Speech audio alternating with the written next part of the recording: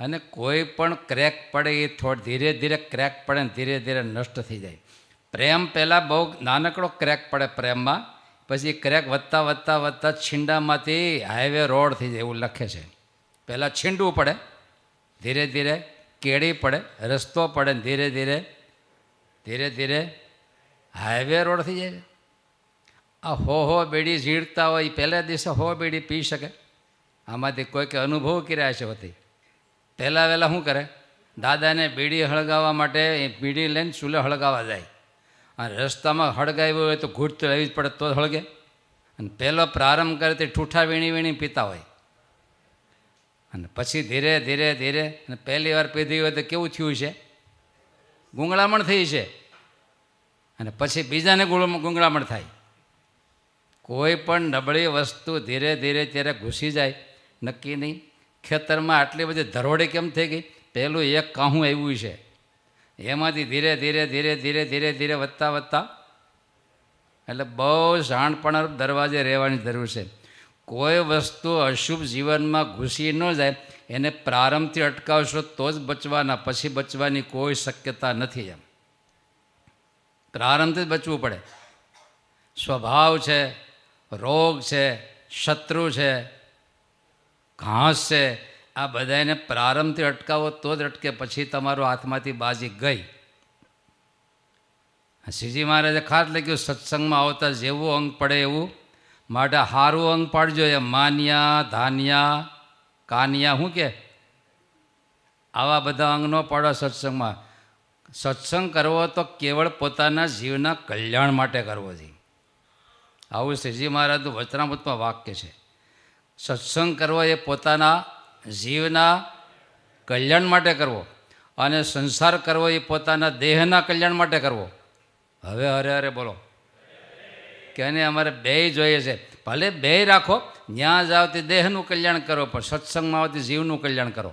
બે હારે રેલવેના પાટણ ગોળે હાકો. અહીંયા દેહનું કલ્યાણનું કોઈ સંકલ્પ ન કરવો કે મને વાહે જી લગાડીને બોલાવે. આગળ શું લગાડવું છે બોલો ને? એક સ્ત્રીથી હાલ છે કે બે લગાડવા પડશે?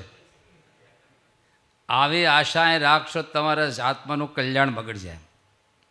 આવડી મોટી વસ્તુ ખાલી અહીંયા રગદોળી નાખવાની, આવડી મોટી વસ્તુ એ રગદોળી નાખશું, પોતાના આત્મકલ્યાણ માટે કરું. બાકી જગતમાં તમારે દેહનું, માનનું, સન્માન, ખોખારા મારવાના ઠેકાણા બહુ ઝાઝા છે. હવે તો નેપકિન નીકળી ગયા, બાકી ઢેકમાં જતા ગળી કેટલી નાખતા, નેપકિન ખબર નાખી ખોખારા મારતા. એ બધું ત્યાં મારવા ખોખારા જોરથી મારજો, પણ એ બધું ક્યાં હરફ કેટલો બધો વાંકો હાલે તમે જોયું છે, પણ ક્યાં બહાર. એમ પણ જ્યારે ધર્મ આવે એટલે આ બધી દુનિયાની આશા છોડીને જો ભજન કરશું, સત્સંગ કરશું તો ક્યાંક ઠેકાણે જાહે. નહીં તો જૂના વખતમાં કો હાંકતા જોયો છે? કોષ તમે હાલતા જોયો છે? હાંક્યો છે કોઈ આમાંથી? ઊંચી આંગળી કરો જી. વાહ, ઘણા નીકળ્યા. તો તમારા જીવનમાં કેટલું બધું જોવા મળ્યું, જોયું તમે? ક્યાં કોષ હાંકતા ને ક્યાં નળ ખોલન ધોધ થાય સીધો. એ કોષ હાંકતા તે ધોરિયામાં પાણી જતું, અને એમાં કાંટી ફેરવતા. ક્યારેક બીજું કાંઈ અમારો છોકરો બેહારીને ખેંચે. તમે બેઠા હતા એટલે જૂનું તમને યાદ કરાવ, તમને યાદ આવે તો સ્પંદન આવે. આમાંથી આપણે આટલે પગ્યા છીએ, એટલે આનંદ લેવો. અમે તો સંતોને ઘણીવાર કહીએ કે અમે જ્યારે 40-50 વર્ષ પહેલાં હતા ત્યારે જે હતું એના કરતાં 100 ગણી સગવડ થઈ ગઈ. એટલે અમે તો કહી ભાઈ અમારે તો સુખ એટલું વધી પડે, એટલું વધી પડે, ક્યાં નાખવું એ પ્રોબ્લેમ છે. આજે આવડે કે અમારે એટલું ઘટે છે, એટલું ઘટે છે, શું કરવું એ પ્રોબ્લેમ છે. બોલો, ભગવાને કેવા દેશકાળ આપણને આપ્યા છે. ચાપ દબાવવાનો પંખો ચાલુ થાય બાબા, ચાપ દબાવવાને એસી ચાલે, રિમોટ ચાપે નહીં દબાવે, રિમોટ આથી અધર ભગવાન કેટલુંક આપે. હદ કરી છે તો કે હજી અમારે હદને વટાવી દેવી છે. એમ આટલી સગવડ આપી, હદ કરી, તો કે અમારે હદને અહીંથી દરિયા નાવા લઈ ગયા, તો કે મારે દરિયાને પાર કરવો, તું રહેવા દે, ડૂબી જાય તું, એના કરતાં અહીં નાહી લે તો કે મારે પાર કરીને સામે કાંઠે નાહવું છે તો પડ, બીજું શું થાય ભાઈ? ખોટી આકાંક્ષાઓ, ખોટી ઈચ્છાઓ, ખોટી તૃષ્ણા માણસને અતિ પાયમાલ કરી નાખે છે. પહેલું તો ખૂબ પૈસો કમાજો, પણ જે કમાય એનો આનંદ પણ લેજો. પાછા પૈસો કમાજો, ઢગલા કરી દેજો, પણ જે છે એનાથી સુખપૂર્વક જિંદગી પણ જીવજો.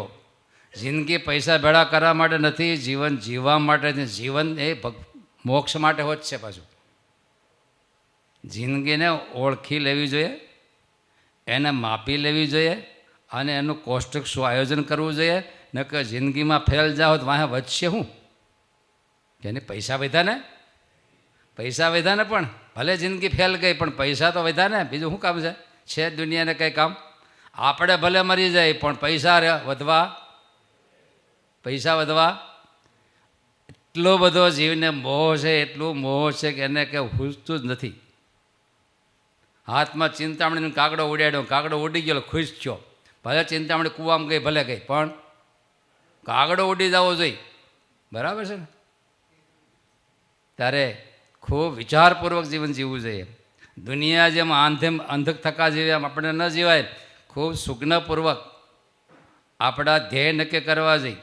ભલે આ લોકને ધ્યેય નક્કી કરો, પણ પરલોકને ધ્યેય હારે રાખી અને બેયનું સેમ પડે આપણે જિંદગી જીવે રાખવી. આ વ્યવહારની જિંદગી જીવીએ, કૌટુંબિક જીવન જીવીએ, સામાજિક જિંદગી જીવીએ, આરે મોક્ષ મૂલક પણ જિંદગી જીવી. બોલો ને, તમારા વધારે વ્યવહાર છે કે અમારે? તો પછી શું કરવું? હે, જીવનમાં હું તો આટલો ફેર ન, હું તો સંતોને પહેલું કહું, જિંદગી જીવવામાં ધ્યાન આપજો. નકર કોઈ વસ્તુ તમે ગમે એટલું ડેવલપ કરશો, તમારા જીવનનો ગેપ એ નહીં પૂરી શકે. ગમે એટલું કરશો પણ એ જીવનનો ગેપ નહીં પૂરી શકે. તમે અબજો રૂપિયા કમાવો, પછી રૂપિયા તમારી ભૂખ ભાંગી શકશે? એમાંથી તમે થોડોક નવરાઈ લઈને રોટલી બનાવો, શાક બનાવો અને ખાઓ, તો કે ટાઈમ હોવો જોઈએ ને. પણ તો રૂપિયા ખાઈને પેટ ભરાય, તો એના માટે શું કરવું પડશે? થોડોક નવરાઈ લેવી પડશે. બજારે જાઓ, લોટ લ્યો, દાળ લ્યો, ચોખા લ્યો, ઘરે આવો, ગેસ સળગાવો, રાંધો, ઠાકોરજીને ધરીને ખાઓ. પણ એટલો બધો ટાઈમ? રૂપિયા તો ઓછા કમાય ને, તો રૂપિયા શું કરે? પેટ ભરશે નહીં. એ ખાડો ઓયલો, આ ખાડો નહીં પૂરે. ઓયલો તો રૂપિયા મૂંગ લાવશે તો કે હા ટીકડા લઈ લઈ 3. બોલો શું કરશું? વહેલા હેર મરવા માટે. પૈસા ઊંઘ આપે, પથારી આપે, ઊંઘ નહીં આપે. વ્યવસ્થા આપશે, ભૂખ નહીં ભાંગે, બધું કરશે, પણ શાંતિની આ દુનિયામાં કોઈ શાંતિ નહીં આપે. દુનિયાની કોઈ પણ મિલકત માનવને અંદરની શાંતિ એ તો અંદરથી પ્રગટાવી પડશે, અને એ પ્રગટાવવા માટે સમય જોશે. થોડી વાર નિરાતે બેસવું. રાજા બી દુખિયા, રંક બી દુખિયા. જો બહારથી શાંતિ સુખ આવતું હોય તો રાજાને આવવું જોઈએ, તો કે રાજા બી દુખિયા. તો કે ગરીબ બધું છોડી દઈએ તો કે ઓલે દુખી. ધનપતિ બિના વિવેક ભેખ સબ. એ જો પાછી વૃત્તિ ન વાળાને એ જો આમ વળગી રહે તો એ દુઃખી. સંત સુખી સંસાર મેં. પોતાના આત્મા સુધી પહોંચે, આત્મા પરમાત્મા સુધી પહોંચે તો સુખી છે. સંતનો અર્થ સત્તત્વ સુધી પહોંચવો એવું લખ્યું છે.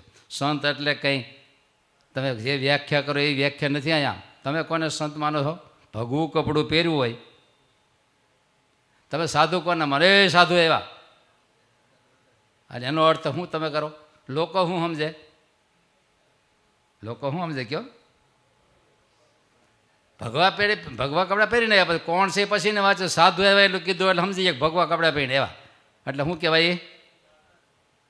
એ રંગ પિત્તપણે, રંગ પિત્તપણે સોનું ને પિત્તળ ન હોય એક. પિત્તળનો કલર કેવો?